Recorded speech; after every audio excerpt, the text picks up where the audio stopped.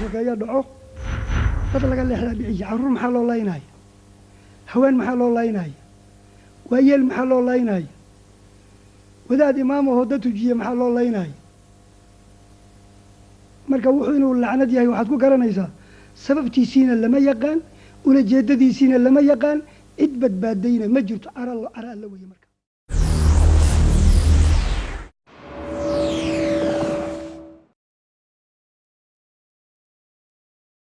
meelaha maanta aad iyo aad muslimiinta u baabi'iyey waxaa ka mid a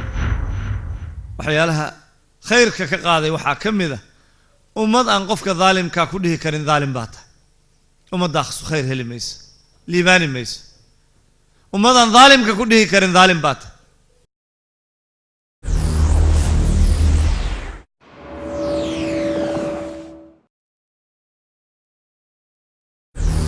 alwaqt oo innagana aad og tahay halka uu marayo jaadka waxaan u cunayaa oo aan sidaa u yeelayaa balwaddan waxa igu kalifaya wakhtigaan ku dilayaa dadkeenna waad garan mid daba jooga iyo mid guda jooga waxaan isku dhaafinayaa wakhtiga cid laga haya innagaa jirta wakhtigaa igu dheer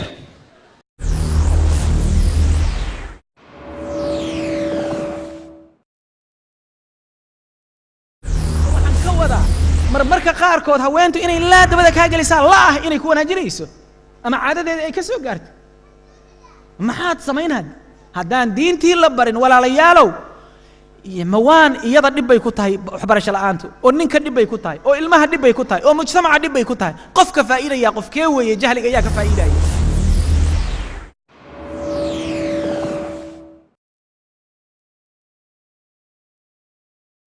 يعني waxay noqotay maanta ay to bangi duwali haddaad tiraa waa la dhaqmaya ama aad tiraahdo World Trade Center la dhaqmaya waxa weeyaan anagu aan ku dejino systemka dhaqaalaha iyo siyaasadda iyo xuquuqda waxa anagu aan doonayno aqbal bila shuruud waxa anagu aan diidnana tuur bila shuruud iyo niqaash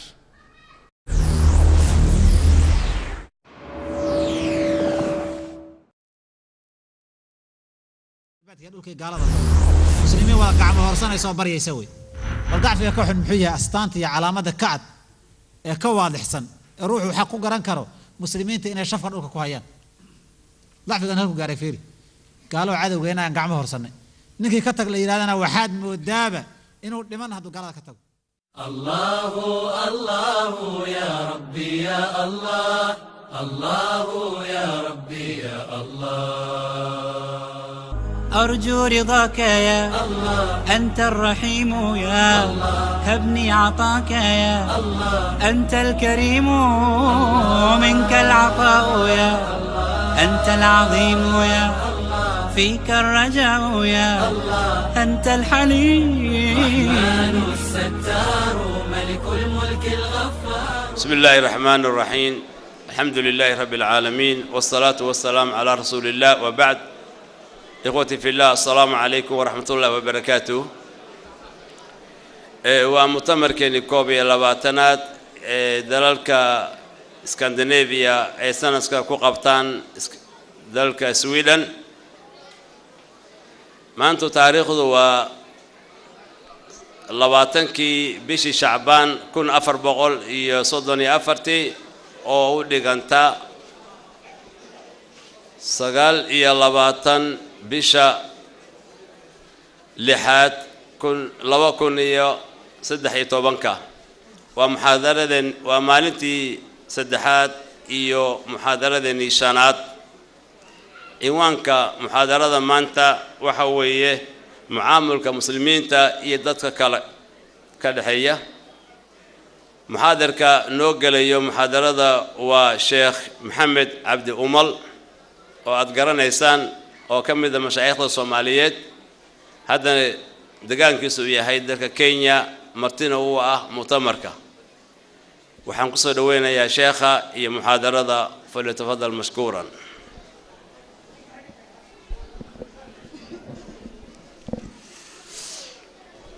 بسم الله الرحمن الرحيم إن الحمد لله نحمده ونستعينه ونستغفره ونعوذ بالله من شرور أنفسنا وسيئات أعمالنا من يهده الله فلا مضل له ومن يضلل فلا هادي له وأشهد أن لا إله إلا الله وحده لا شريك له وأشهد أن محمدا عبده ورسوله يا أيها الذين آمنوا اتقوا الله حق تقاته ولا تموتن إلا وأنتم مسلمون يا أيها الناس اتقوا ربكم الذي خلقكم من نفس واحدة وخلق منها زوجها وبث منهما رجالا كثيرا ونساء واتقوا الله الذي تساءلون به والأرحام إن الله كان عليكم رقيبا يا أيها الذين آمنوا اتقوا الله وقولوا قولا سديدا يصلح لكم أعمالكم ويغفر لكم ذنوبكم ومن يطع الله ورسوله فقد فاز فوزا عظيما أما بعد فإن أصدق الحديث كتاب الله وخير الهدي هدي محمد صلى الله عليه وآله وسلم وشر الأمور محدثاتها وكل محدثة بدعة وكل بدعة ضلالة وكل ضلالة في النار. أيها الإخوة والأخوات، موضوع كلمة أو محاضرة في سيد الله الشيخ بوحوي معاملة المسلم مع غيره. روح مسلم كا معاملات كا دحمريا إسجا إيوه ضدك كلام مسلمين تاهين. وموضوع قدوين وسيدا مركي اللي يدها هذا حسود وسكلية أحكام آدو فربضا وكساب سن علاقة والروح مسلم كي لا يلنا يضدك عن مسلمين تاهين دينعيك اللي قديسان ومركا نرشك يعني كساب سن أي تابان إيسا وموضوع كتب وين لقى قري ونصوص فربضان وقرآن كي السنة له كتب تحديث كي فقه موضوع عاد لوجه اللي وي مادة دي سنة عادوا باللارنته سيداس درادت وحن محاضرة يلا محاضرة كوسو كوبي كرنا معها لكن وحن اسكودينا ولوحي أنك جارن إن أنكتل معنا إن شاء الله تعالى وحن كوب الله وينا إن أنبررتا قيحنو مسلم كوالا قرتي لكن يا لغا وضع عدة آن مسلم كأهين وعلى هذا وعد كسته وآن رمينين رسالة دي نبي محمد صلى الله عليه وسلم أما آن رمينين وبينية أصل كم من وحيالها لو يقانو مما يعلم من الدين بالضرورة وصوشة ووين الشريعة إسكعانك كم من ديدو أو آن رمينين كاسا وحل إلى هذا مسلم معها قيبوه كلبحة يا مركب قيبت كوبات وحل إلى هذا وغير المسلمين ظاهرا وباطنا وضد مسلمين أهين لا قلبي قودة ولا رقم كودي يحبونه هذا تون ومقال يقرصوني تونا مسلمين ومعه كواسي وكوا كفار تلي هذا وقال هذا قال لي ماذا دون إسقاعده يجا الله وكلا بحيا كفار أصليون قالوا قال لي ماذا أصلته أو ضد عن دين الإسلام كبسوق قليمه قال لي ماذا سيكون شيء قال لي ماذا سيكون كورين دين إسلام مسوق قلين مين إسلام هو وحلو يقانا الكفار الأصليون وحيوك لبحان يجا لفتوضو أهل الكتاب ويهودا يكريستيان كا قال هذا أنت ذكله وأن أهل الكتاب هين سيدا مجوستا وكو دبك عابدا بوذية أو يعني واحد بوذيزم كا سيدا محو هاي هندوس كا سيخا وحن ودن كون محو هاي دين تبع لهين kuwaasoo dhan yani iyaguna isku nooc waaye ahlu kitaabkuna waa nooc axkaamta qaarkeed bay ku kala gedisan yihiin laakiin gaalay wada yihiin qaybta labaad ee iyagana gaalada ah waa qaybta murtadiinta loo yaqaano murtadku waxa weeye waa ruux diinta islaamka soo galay oo muslimiinta ka mid noqday kadibna diintii ka baxay ama isagu inuu ka baxay ha cadaysto ama wax diinta ka saara intuu ku dhaco si sharcan ah iyo dariiqo sax ah loo xukumo inuu diintii ka baxay ruux muslim ahaa oo diintii ka noqday kaana waxaa loo yaqaanaa murtad baa loo yaqaanaa waa nooc isaguna gaalada ka mid nooca labaad nooca waxaan nidhi waa gaalo waa dad qalbigoodana iyo dhaqankoodaba gaalnimo ku xisaabsan waayo waa gaala la yidhahda axkaam bay leeyihiin khaas qolada labaad waa qolada loo yaqaano waa dadka qalbigana gaalnimada ku haysta dhaqankana iyo muuqaalkana muslimiinta ku tirsan salaadii bay tukanayaan waa soomayaan mujtamacii muslimkay ku dhex jiraan laakiin qalbigooda mayna rumaynin ee gaalnimaa ku jirta kuwa munaafiqiin baa la yidhahdaa waa kuwa munaafiqiinta la yidhaahdo daahirkana muslim buu ka yahay qalbigana gaal buu ka yahay ayib sida marka loola dhaqmayo iyo qaabkay kala yihiin iyo axkaamtoodu way kala duwan tahay gaalada laftooda kala bixi doona oo u tegi doona insha Allah taala iyo mucaamalaadka sharcan loogu talagalay iyo axkaamta ku saabsan inta markaan ka soo gudubno oo aan u nimaadno mucaamalada dhex mari karta muslimka iyo gaalada qaabka loo mucaamaloonayo maxaa laga mucaamaloon karaa yani wax weeyaan oon ka bilowno qodobka u horeeya ama masalada ugu horeysa oo ah gaaladu jidhkoodu iyo weelashoodu iyo dharkoodu ma nijaasa mise waa daahir waa mas'alo muhiim ah quraanka kariimka ilaahay wuxuu ku sheegay innamal mushrikuuna najas mushrikiintu waa nijaaso culimadii waxay ka hadleen nijaasadan quraanku sheegay maxaa laga wadaa waxaana raajixa oo xoog badan in laga wado caqiidadooda iyo diin ahaan bay nijaaso u yihiin laakiin xaggii tahaarada iyo jirkooda iyo weelashooda lagama wado وبالتالي تامر كان قبلنا وحا إيمانيسا نجاسده ومد معنوية وكفرقة عقيدة حمضة هي مبدأ حمضة لقوضة أما شركودي ويلاشوده وأوتجي دونا وحالولا دقميا وحي مركان نجاسة لقو أركمويانه سيدي سكلا وحالولا دقميا إنه ظاهري هاي بالولا دقميا وحي مركان نجاسة عاد لقو أركمويه weelashay sameeyaan dharkay sameeyaan midkay qabaan weelashooda isticmaalka kulli waxa loola dhaqmayaa sidii wax daahir oo kala loola dhaqmayaa طيب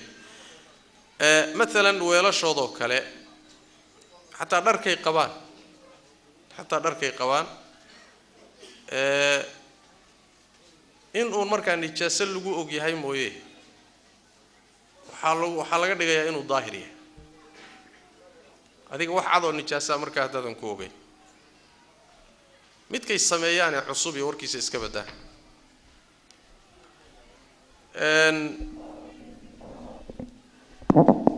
marka loo yimaado weelashooda laba xaalo mid bay way weelasha gaalada iyo isticmaalkeeda laba loo kala qaadaya inay weelku ka samaysan yahay shay muxaram ah oo maadada weelku ka samaysan yahayba waa maado aan shareecadu ogolayn oo xaraam ah waa nijaaso maalan oo harag doofaar iyo harag dameer baalkii ahaa dameer iyo harag ay iyo waxbuu ka samaysan yahay waa nijaaso ama wuxuu ka samaysan yahay weelku dahab ama wuxuu ka samaysan yahay fiddu ka samaysan yahay silfar buu ka samaysan yahay ama dahab buu ka samaysan yahay waa weel maadada uu ka samaysan yahay ay xaraam tahay ama ay nijaaso tahay weelasha noocaas oo kale ah lama isticmaali karo ama muslim ha lahaado ama gaal ha lahaado qayb waa qaybtaas oo maadada ay ka samaysan tahay baa waxay tahay maado muxuu ahaayey shareecada xaaraan ku ah midda labaad waxa weeye inay weelku ka samaysan yahay maado daahir ah maado sideeda daahir uu ka samaysan yahay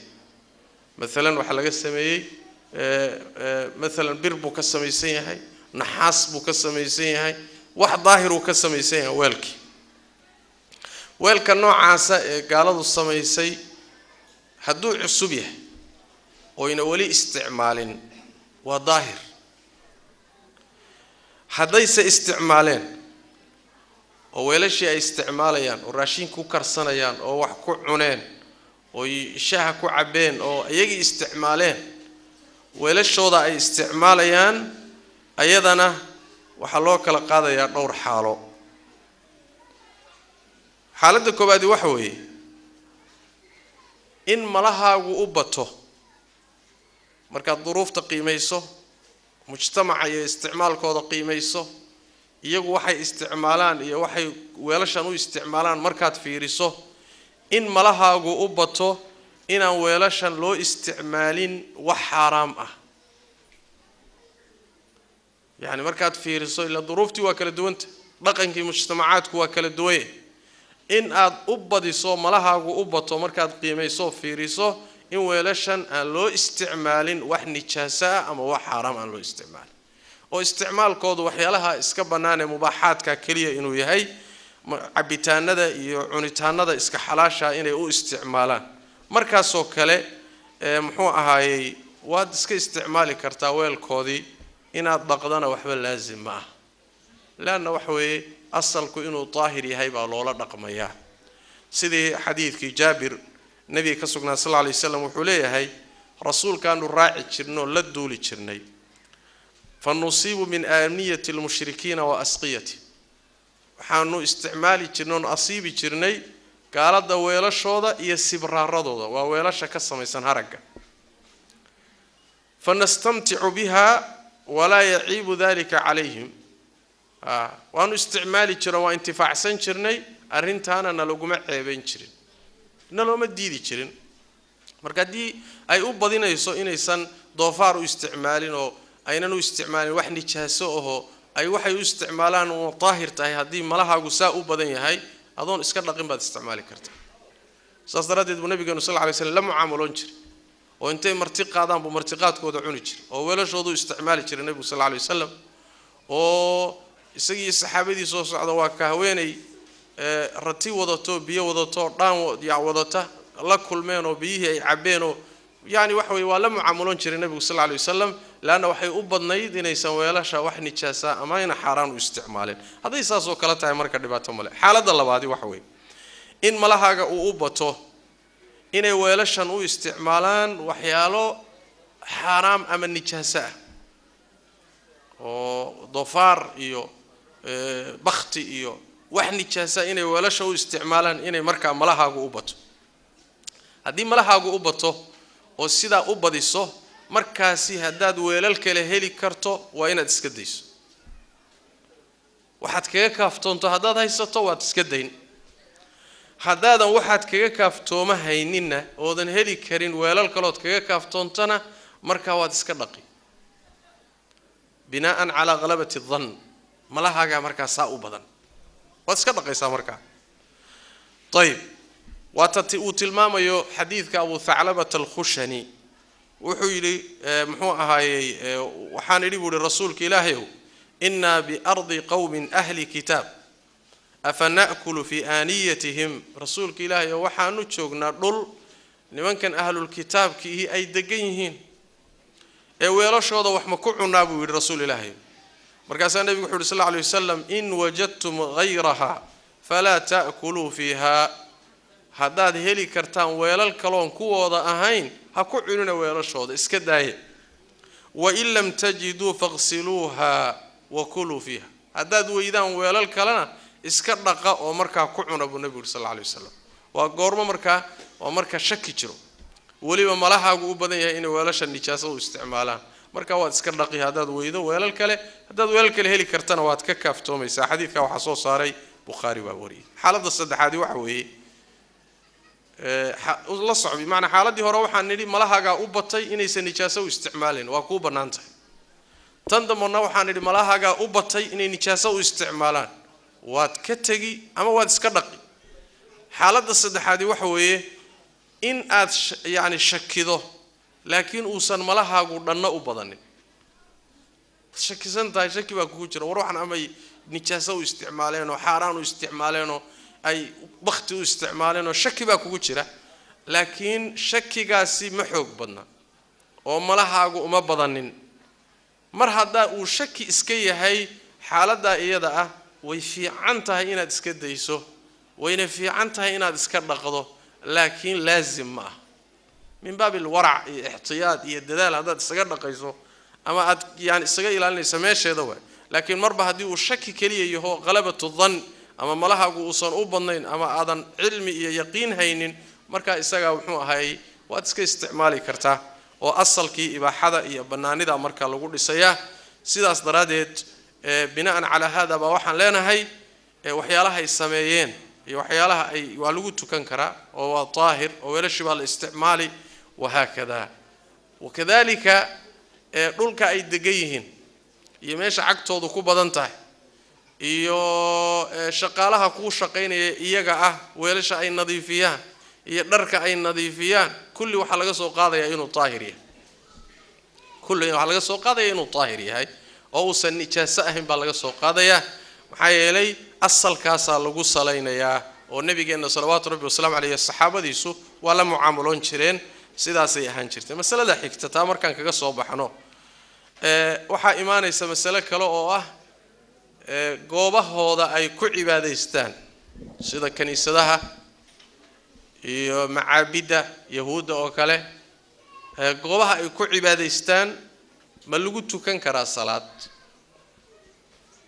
hadii salaadu ku qabato kaniisad ma ku tukan karta macbad yahuudeed ma ku tukan karta ومسألة يدنا أي علماء كهالله أثار باشرت الصحابة كسو أرورت سيد عبد الله بن عباس يا عمر بن الخطاب يا غير كذب أثار تاسي وحي تلمام يسا حدي أينن مركز كنيسة أمام معبدك جوده سأينن أولين صنم ama taalooyinkan waxyaalahan ay caabudaan ay weyneeyaan hadaysan dhex oolin oo guri iska dhisan uu yahay markaana ruuxu u baahdo waa ku tukan karaa bay leeyihiin in badan oo culimada kamidana sidaasay rajaxayaan oo waxay u daliishanayaan xadiiskii nabiga sallallahu alayhi wasallam ju'ilat liya al-ardu masjidan wa tahura dhulkoo dhan waxa la iiga dhigay meel aan ku tukan karo iyo meel aan ku tahaara qaadan karo khasaaistii nabiga ka mid tahay sallallahu alayhi wasallam waxyaalaha ilaahay igu khaas yeelay bay ka mid tahay in dhulkoo dhan uu yahay meel aan ku tukan karo iyo meel aan ku tahaara qaadan karo marka umumkaas ay u daliishanayaan laakiin waxay leeyihiin culimo badani ruuxu inuu badani ku qabata mooyaane dani inay ku qabata mooyaane waa inuu macaabidooda uu ka wareego oo san cibaado iyo salaad la aade haday sidantu ku qabato waa ku tukan karaa laakiin waxay qaarkood shardi ka dhigayaan hadii meesha ay asnaam iyo waxyaalihii caabudi jireen dhex yaalaan marka in uu haduu iska qaadi karo iska qaado hadii kalena ka fogaado meel ka fog hadii dantu ku kalifto waa haddii kaleeto uu ka maarmi karan inuu ka maarmo oo uusan muxuu ahaayey isagoon duruufi ku qabanin inuusan meelahaasi salaadii iyo cibaadadii uusan la aadin ayay tilmaamayaan haddayse duruuftu ku qabato uu ku tukan karaa waxa laga hadlayana waxa weeye waa macbadka gudihiisa waa kaniisada gudaheeda waa ama banaanka kore ee dhulka iyada raacsan ah taa iyada salaadu inay ku asaxayso lagu tukan karayo shaki ma laha oo iyada muxuu ahaayey khilaaf kuma jiro laakiin meesha gudaha way waxa laga hadlayo ee hadalku ka taagan yahay macna masalada labaad waxa weeye oo iyadana mudan in la tilmaamo ma banaan tahay iyaga inay masaajida muslimiinta soo galaan gaal ah oo ognahay inuu gaal yahay in masaajidka loo ogolaado inuu soo dhex galo oo soo dhex fadhiisto oo uu dhex marmaro ma la ogolaan karaa mise lama ogolaan karo waa ayadana jawaabteedu waxa weeye masaajidan kala qaadaynaa masjidka la yiraahdo masjidul xaraamka oo arlada xaramka maka inta xaramka ah gaaladu ma geli karaan masjidka wala xaramka oo dhantoona looma ogola nusuus cadcad oo quraanka iyo sunnada leh baa ku soo aroortay sidaas daraadeed kaasi waa mas'alo gooni ah waa buda gooni u tuban waa masaajida ka soo hadhay masjidka xaramka wixii ka soo hadhay oo masaajida ah gaaladu ma geli karaan mise ma geli karaan baa waxay tahay mas'alo ay culimadu ka doodayaan oo isku khilaafsan yihiin waxaana xoog badan in aan ay geli karaan oo ay dhex fadhiisan karaan oo ay dhex mari karaan oo ay muxuu ahaayey haddii xaaje iyo dan keento way geli karaan masaajidka inay soo galaan loo diidi maayo maxaa yeelay nabigeena salawaatu rabbi wasalaamu calayhi masaajidkiisa madiina oo masaajidka labaad ee masaajida ugu khayrka badan ee ugu fadliga badan ah masaajidkiisay gaaladu soo geli jireen salawaatu rabbi wasalaamu calayhi oo nabiga sallallahu alayhi wasallam wuxuu ku qaabili jiray wafdiga wufuuda gaalada ee u timaado ku qaabili jiray nabiga sallallahu alayhi wasallam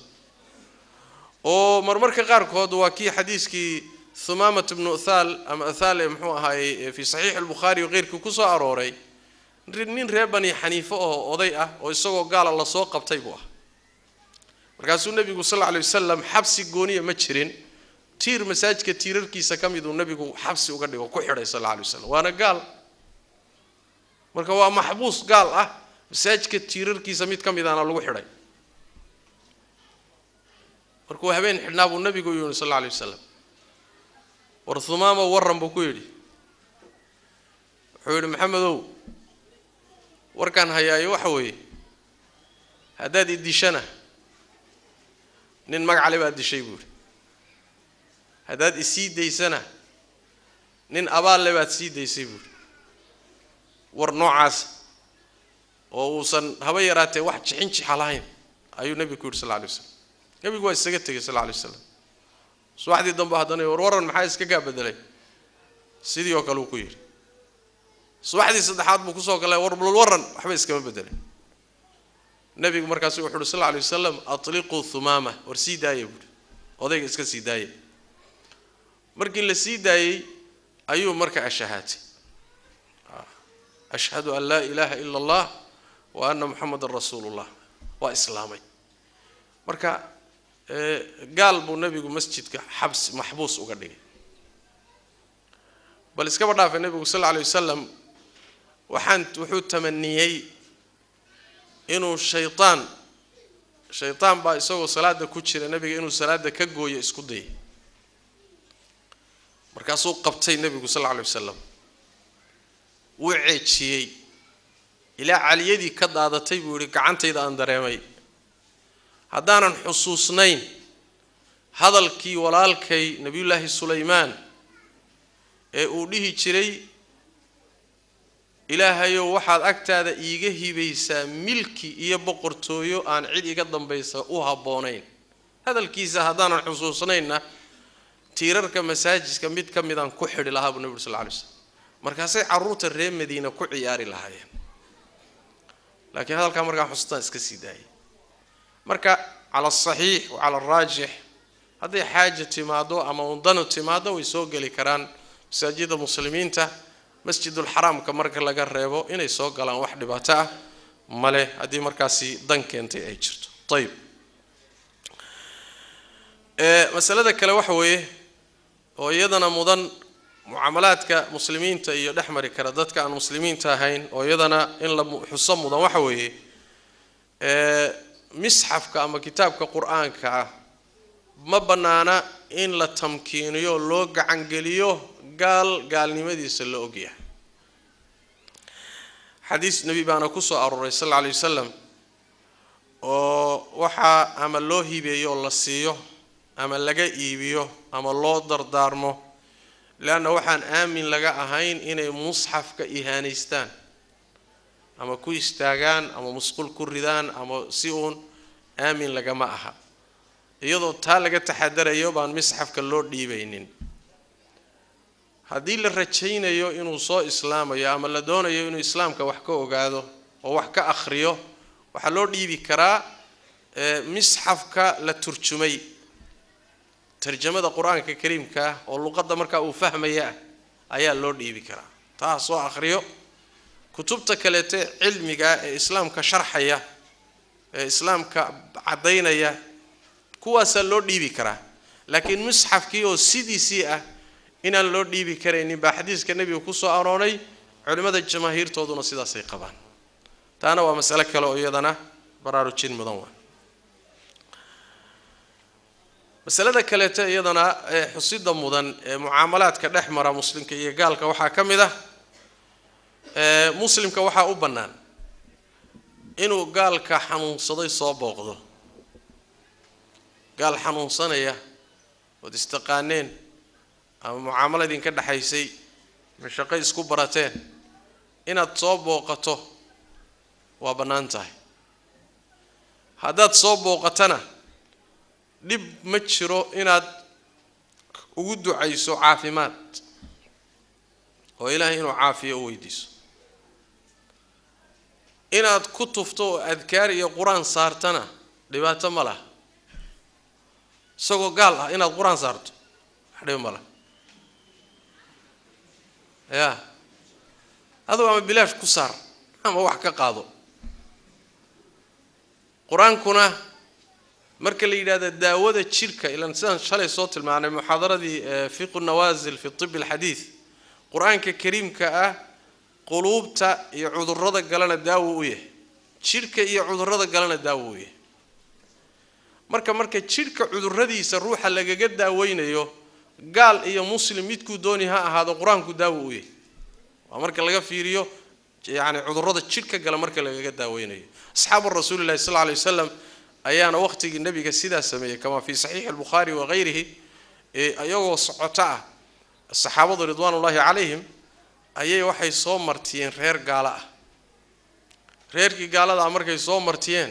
bay ka seexdeen oo martigeliyadii ay uga baahnaayeen bay martigelin waayeen yaani waxa weeye ayagoo gaajaysan oo reerkii gaalada dul degan umba ilaahay tabaaraka wa tacaala meeshu wax ka wada caadi ma ahe odaygii reerka odayga uu ahaa ugaaskoodii suldaankoodii umba halaq baa qaniinay qab war odaygii hadii la qaniinay waxa la yiri caada ilahan jireen oo dhaqan bay ilahan jireen oo in lagu tufo bay ilahan jireen warba hal loo raadiyo cid tufto iyagii haday wax isku dayeen oo wax kasta ku tufeen oo waa kari waayeen war qoladan ina ag degan martida inoo ah bal nin wax tufi kara inuu jiro maynu ka war doono ayagii baa loo yimid oo waxay yiraahdeen warnimayo ogaaskii baana laga qaniinay nin wax tufa ma idin ku jira nin ragii kamid ah yiraahdo ana tufi laakiin intaan idin martinay baad naga seexateen sidaas daraadeed ihsaan iskuma lihin waan idin ku tufaynaa laakiin maxaad nasiinaysaan waay maxaad noo gashin markaasaa la gorgortamay oo waxay yidhaahdeen waxoogaa xayn adhiyaan idin ogolle 30 neef baan idin siinaynaa kaale wuu raacay faatixadu ku soo tufay faatixada markuu ku tufay odaygii xanuunsanayay qeyliyay rafaadsana waxaad moodaaba hal mar in dabar laga furay baad moodaa fay markiiba waa ka booday isagoo waxoogaagii xayntaa wata buu raggiisii ula yimid xogaa martigeliyaa loo diiday laakiin hadda xoolay soo shaqaysteen war waa kan buu yidhi xoolihii waa kuwan ayagu waa markii ugu horreysay marka horaan umayna aqoonin laakiin waa markii ugu horreysay raggii kale ay diido waxay yidhahaan waryaa war ma kitaab ilaahay baad wax ku soo qaadatay ma taabanaynaa la yidhi waxaad kitaab ilaahay ku soo qaadatay uma dhowaanaynaa la yidhi waayahay baa layna keena nabigaan aadaynaa sal alla alay wasalam waa yimaadeen ayagoo xayntii watay nabiga u yimaadeen sal alla alay wasalam way u sheegeen markaasaa wuxuu yidhi nabigu sal alla alay wasalam qaybsada anigana qayb iga siiya waliba wuxuu ku yidhi xadiiska qaybihiisa qayb ka mid ah ina axaqa maa akhadtum calayhi ajran kitaabullah waxaad ujuuro ku qaadataan waxaa ugu xaqnimo badan ilaahay kitaabkiisa marka masaladu nas bay leedahay in gaal la quraan saaro oo adkaar lagu akhriyo oo caafimaad loogu duceeyo nas bay leedahay wax dhibo male taa iyada macna inaad soo booqato ama soo booqashada de nabiga sallallahu alayhi wasallam in kasto ay fiican tahay haddaad soo booqato inaad uga faa'iideysato waxoogaa inaad islaamka jeclaysiiso oo inuu islaamo isku daydo oo muxuu ahaayay maxay yidhi nabigeena sallallahu alayhi wasallam kama fi sahih al-bukhari wiil baa jira ka mid ahaa yahuudiya oo nabiga dadkii u khidmayn jiray ka mid ahaa wiilkii yaraa uu xanuunsaday nabiga sallallahu alayhi wasallam markuu ka war helay wiilkii inuu xanuunsan yahay buu nabigu ku booqday gurigii aabihi markuu u tagay nabigu sallallahu alayhi wasallam wiilkii oo xanuunsanaya dul fadhiistay wiilku waa sakaraad ayuu nabigu sallallahu alayhi wasallam wuxuu u bandhigay islaamnimada aabihiina waa ag fadhiya wiilkii markuu nabigu ku yiri sallallahu alayhi wasallam war islaam oo shahaado tawxiidso ayuu aabihii jaleecay aabihii buu fiiriyay kaana sidiisa oo ka idan qaadanayo kale aabihii baa marka wuxuu ku yiri atic abul qaasim warkiisa yeel wiilkii waa ashhaatay marka wax yar kadibna naftii baa ka dhacday markaasaa nabigu wuxuu yiri sallallahu alayhi wasallam alxamdulillahi alladhi anqadahu bi min an-nar waxa mahad iskale allaha aniga sababtay naar kaga badbaadiyay yani daqiiqadii ugu dambeysay naftu ka socotay buu islaamay sidii buu ku dhintay marka nabiga sallallahu alayhi wasallam waa booqan jiray laakiin inaad uga faa'iideysato inaad badbaadiso oo naar ka badbaadiso islaamka u bandhigto way fiicanta laakiin booqashada caadiga waad booqan kartaa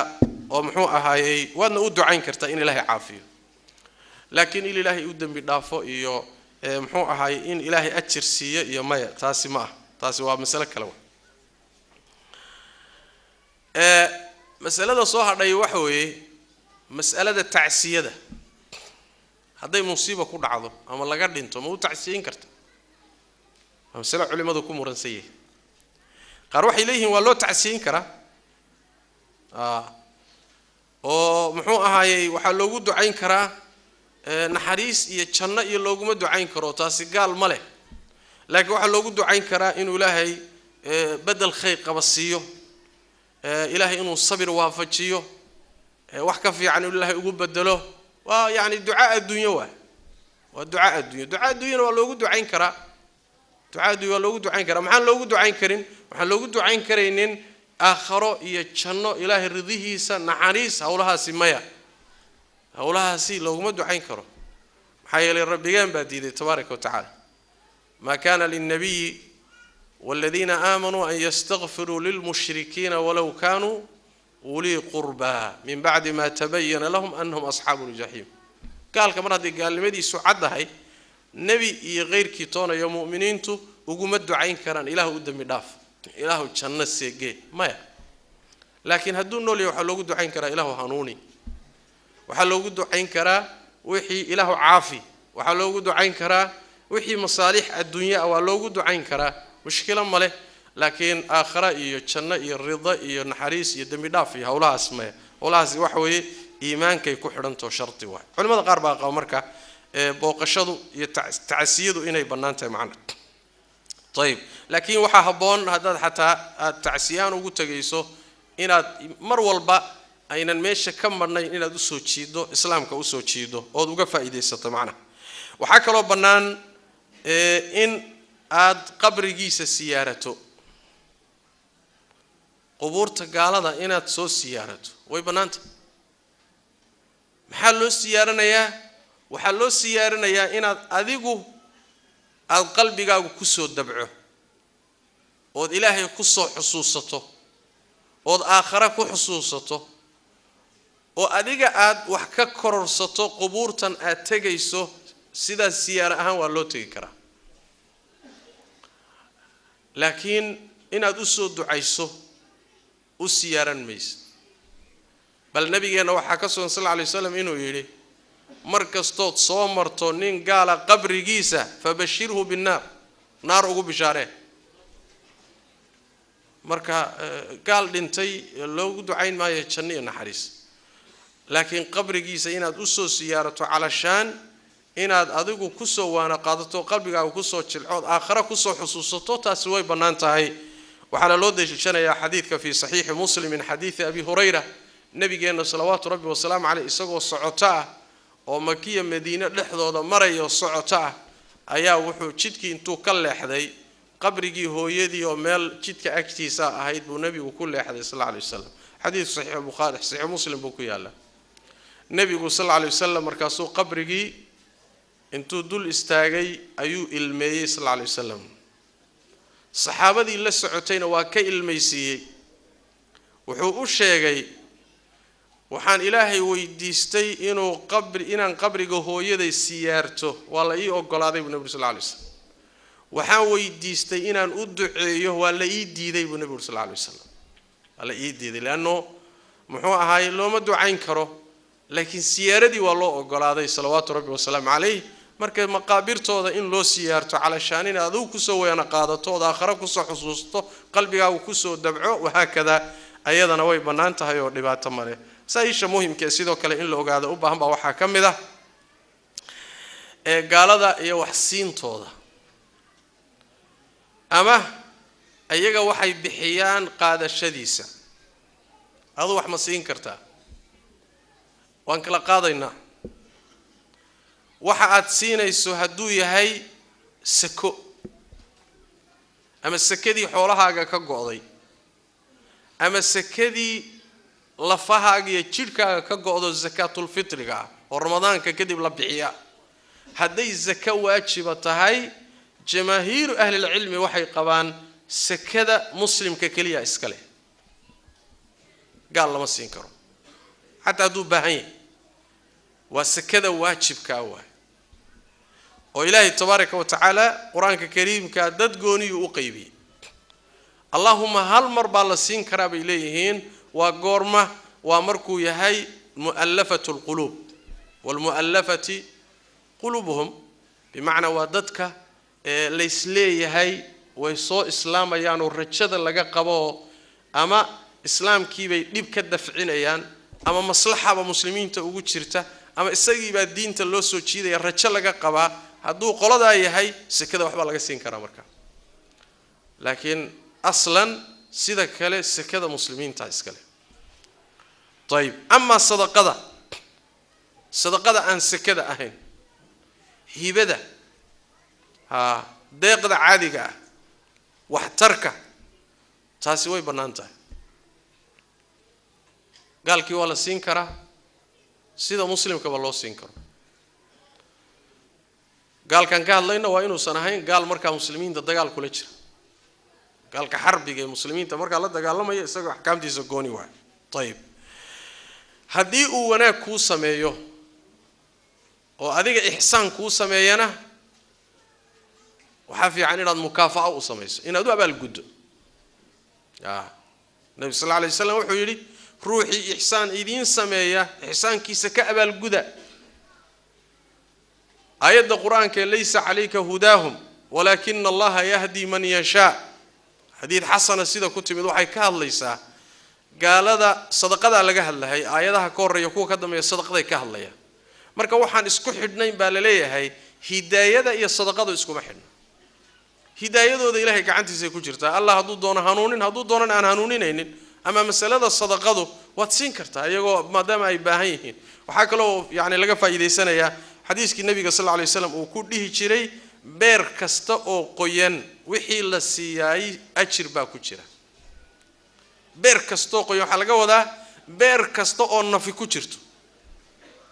waxa soo galaya xataa xayawaanaadkii baa soo galay eygii xataa doofaarka dhimanaya eyga dhimanaya inaad waraabiso yani calfisood wax siiso muxuu ahaay aadamaha iska badaay marka wax waa la siin karaa waa lagu sadaqaysan karaa waa loogu deeqi karaa waxay ku siiyaan waa ka abaalgudi kartaa وهكذا معاملات كاسي وإسكا بنايهين ووحي سوق ليسا آيات القرآن كي ربي تبارك وتعالى لا ينهاكم الله عن الذين لم يقاتلوكم في الدين ولم يخرجوكم من دياركم أن تبروهم وتقسطوا إليه إن الله يحب المقسطين الله إذن كمر ريبيو كوا آن إذن لدى قالمين آن قريهين إذن كسارين قال إذن لدى قالمين سنة آنوهي لنين كواسي إناد إحسان أسميسان عدالة أسميسان ألا إذن مدي تبارك وتعالى تاسع رب الله تبارك وتعالى حديث كي أسماء بنت بكر باكتوسي أو سيدو كله أو هو يديد با أتمت أو قال أو مكة كتمت مركا وحبي كرب تايو دوا قبض مركا سي النبي قو أتمت صلى الله عليه وسلم رسولك الله هو يدي أو حقا هنقري هيو أو رجاء قبتين وحسيو أيا إيتمت وانا قال ومشركات معان سميا النبي وحكور صلى الله عليه وسلم هو يدا حريري هو يدا قال بها حتى حريري لأن والدك حتى قال بها هذا حتى السقو قال بارين مدي حقوق دي والد نمو ما دعيس حتى اسكبر دافه قال نما كليه اسكبر دافه حتى السقو قال حدنا إناد قالوا ذا كقولة دالية أو كشقين يسيدوا كقاليسين لها ولي أديك وحلقة ربا هكيلين وركيسة يقاليسين تا يدقن حمضة يأخلاق حمضة يدين حمضة هكذا جيسني لكن